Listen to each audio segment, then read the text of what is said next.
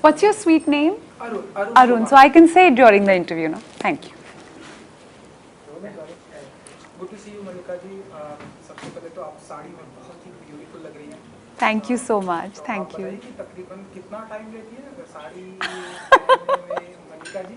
मैं कुछ नहीं करती, मैं आईने के आगे खड़ी हो जाती हूँ. वो मेरे स्टाइलिस्ट हैं यहाँ सोहेल, वो सब कुछ मेहनत करते हैं साड़ी पे, इस पे, उस पे, इन सब चीज़ों पे.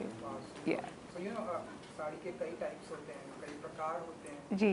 Which one is your favorite? क्योंकि आज हमें साड़ी में फिल्म में दिखाई देंगे, गुलाबों के किरदार में देखेंगे. किस वाले अंदाज में दिखना पसंद ज़्यादा करती, लाइक वो 90s के लुक में, आज क्या वो हम एक सेक्सी अंदाज में हम देखते हैं बहुत सारे लोगों को, तो किस अंदाज में देखना मल्लिका जी को, अपने आप को साड़ी में देखना पसंद करती? देखिए, मौसम पे बहुत डिपेंड करता है. अभी मॉनसून है, बरसात का मौसम है, तो उसमें मेरी स्टाइलिस्ट ने मुझे ऑर्गेन्जा साड़ी दी है. मुझे इसके कलर्स बहुत ब्राइट और फ्रेश लगे मॉनसून के लिए. एंड आई थिंक कि गुलाबो भी डाल सकती है ये साड़ी, इसलिए. तो ये गुलाबों की फेवरेट साड़ी है? ये one of the favourites. Yes. चलिए आरके की हम बात करें. जी. मैंने ट्रेलर देखा, ड्रामेटिक एंड सीरियस टाइप्स की ये स्टोरी है. जी. आप बताइए कि किस अंदाज में हम देखेंगे मल्लिका जी को यहाँ पर आरके. सो मैं गुलाबो का किरदार निभा रही हूँ, जो 50s की अभिनेत्री है. तो फिल्म में एक पीरियड थीम चल रहा है, गुलाबो और महबूब की पीरियड थीम है. और आसान नहीं था 50s की अभिनेत्री को ऑथेंटिकली पोर्ट्रे करना, तो उसके लिए बहुत रिसर्च करनी पड़ी. वहीदा रहमान जी की बहुत फुटेज देखी, फिल्में देखी, मीना कुमारी जी को बहुत स्टडी किया, ऑब्जर्व किया, आईने के आगे घंटों प्रैक्टिस किया. So but it was fun, मज़ा आया. कौन है आपकी फेवरेट, जैसे कि आपने नाम लिया वहीदा जी, मीना कुमारी जी, सो जिसे आप देखती हैं बचपन से, आप उनकी फिल्में देखते हैं, आप उनसे बहुत इंस्पायर हैं? आई थिंक 50s की जो सारी अभिनेत्रियाँ थी, they were so unique. They were all inspiring. There is not one favorite. I mean, I can't say that Meena Kumari ji is better than Wahida Rahman ji. They were all just so good. So I studied all of them. So shooting के दौरान कभी ऐसा लगा आपको कि मैं इनकी तरह दिखूं, बिकॉज हमने वो आपको गुलाब भी दिखाया जी. ऐसा कभी लगा कि शूटिंग के दौरान मैं इनकी तरह दिखूं और इनकी तरह दिखकर ऐसे फिल्म में आऊं, आपने कभी ऐसा इमेजिन किया? क्योंकि वो लेजेंड्स हैं, उनकी तरह तो दिख भी नहीं सकता कोई. उनकी अपनी ही एक छवि है. But I try to bring Gulabo as close to the character, as close to Waheeda ji, as close to Meena Kumari ji as I could.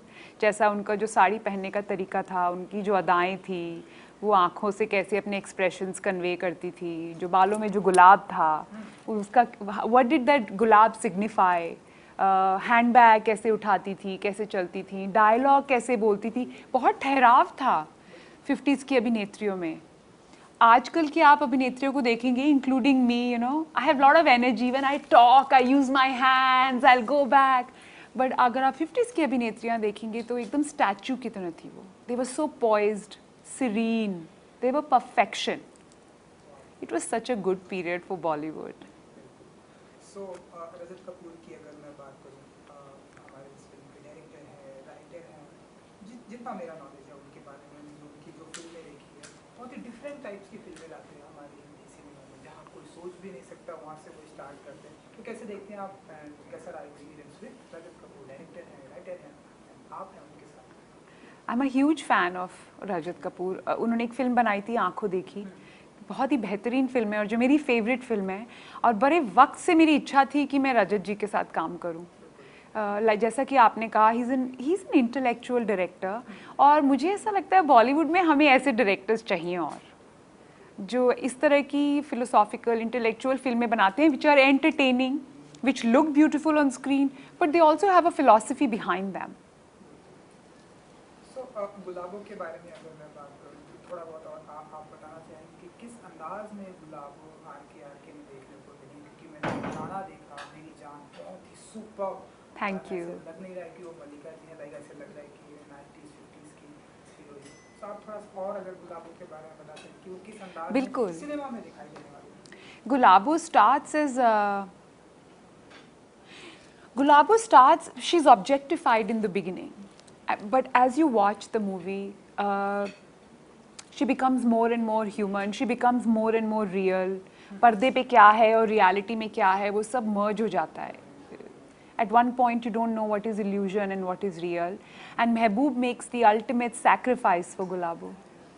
तो जो महबूब और गुलाबो की जो लव स्टोरी है वो लव स्टोरी हमें उस ज़माने में देखने को मिलती थी. आजकल की लव स्टोरी की तरह थोड़ी है, डेट हुई, ये हुआ वो हुआ, फिर ब्रेकअप हो गया. It's an everlasting love, it's an enduring love, it's a heartbreaking love. Yeah. So इस तरह की फिल्में मल्लिका जी को मैंने आप पहली बार देखा है इस तरह की फिल्में, क्योंकि आपको भी हमने जिस तरह की फिल्में देखा है बहुत ही डिफरेंट अंदाज है.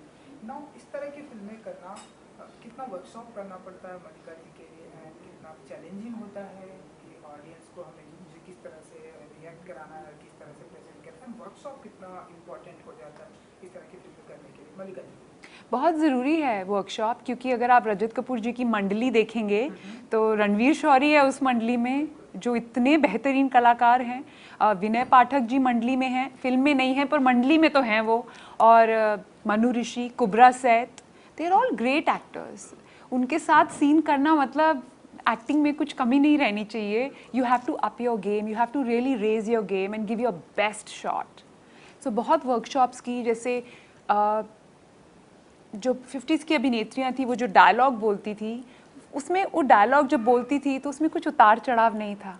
तुम्हें कुछ हो गया तो इतना फेमिनिन, इस तरह बहुत ही फेमिनिन तरीके से वो बोलती थी. तो वो अंदाज, वो अदा लेकर आनी उसमें, और आंखों में रोमांस करना, आंखों ही आंखों में देख के बोलना आई रियली लव यू, अपना ख्याल रखना, मैं तुम्हारे बगैर रह नहीं सकती. ये डायलॉग आजकल सुनने को भी नहीं मिलते हमें, लेकिन ये महबूब और गुलाबों की स्टोरी है तो आर के में आपको देखने को मिलेंगे. एंड जितना मैंने नोटिस किया है कि टाइम बहुत ही चेंज हो रहा है. जैसा कि पहले मैंने आपकी जो फिल्म जो मॉडल देखी थी जी, तब, एंड नाउ अब जिस तरह से फिल्में आ रही हैं उस टाइम पे मैंने नोटिस किया कि बहुत सारी आवाज़ें उठी आपको लेकर कि ये लड़की हमारी सोसाइटी को बदनाम कर रही है, ये लड़की ऐसी कैसी फिल्में कर सकती है. लेकिन आज का हम जो टाइम देख रहे हैं, लोग ऐसी फिल्में आ रही हैं हमारे और लोग उसे एक्सेप्ट कर रहे हैं, लोग उसके अप्रिसिएट भी कर रहे हैं. तो आप मानते हैं कि आप वो ऐसी एक्टर हैं हमारी हिंदी फिल्म इंडस्ट्री के जिन्होंने वो जिम्मा उठाया कि नहीं, आने वाला वक्त यही है, आप देखिए, आप समझिए, कैसे देखते हैं आप तो मुझे कुछ ज़्यादा ही इम्पोर्टेंस दे रहे हैं. ऐसा कुछ वैसे है नहीं. देखिए, जो मुझे सही लगा स्क्रिप्ट के हिसाब से, स्क्रिप्ट के अनुसार मैंने वही किया. अभी मर्डर का अगर आप उदाहरण देंगे तो एक शादीशुदा महिला का एक एक्स्ट्रा मैरिटल अफेयर था, क्योंकि वो अपनी निजी ज़िंदगी में बहुत लोनली फील कर रही थी, पति के साथ उसका कनेक्शन हो नहीं रहा था. तो आप एक्स्ट्रा मैरिटल अफेयर को कैसे दिखाएंगे? अभी बरसात, बिजली कड़की, पैशन की जगह कैमरा पैन कर दिया, फूल उग गए, बहुत तूफान आ गया. It means it's passion. It's the 21st century. अभी OTT का ज़माना है, और उस वक्त तो OTT भी नहीं था पर इंटरनेट आ चुका था. इसलिए मैंने ये पूछा. Exactly. So मुझे ऐसे लगा कि we have to be true to the script. ऊपर से भट्ट साहब थे, everything was shot very aesthetically. अनुराग बासु का विजन था. So I was very comfortable doing those bold scenes in murder. आज वो आर्टिस्टिक कहे जाएंगे पर उस वक्त तो बहुत ही बवाल मचा था. आप सही कह रहे हैं. एफिजीज जलाई गई थी, मुझ पर एक असैसिनेशन अटेम्प्ट भी हुआ था. She spoiling Indian culture. I don't know why.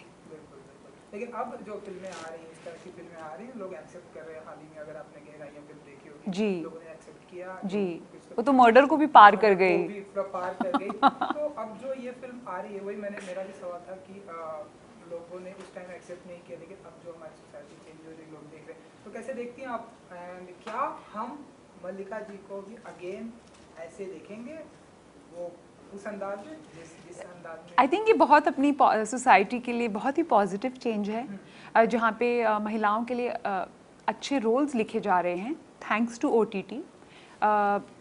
3 dimensional characters लिखे जा रहे हैं. ये नहीं कि सिर्फ ब्लैक है या वाइट है. और अगर मेरे पास कोई अच्छी स्क्रिप्ट आई जिसके निर्देशक से मेरी अच्छी ट्यूनिंग हुई, जिसके निर्देशक को मैं रिस्पेक्ट करती हूँ, so I will do a bold film again. I don't mind. For me it depends on the script, on the story. Right now I am enjoying being Gulabo. I am enjoying R K 22 जुलाई को release है, ये तो 22 जुलाई तो आ गया है।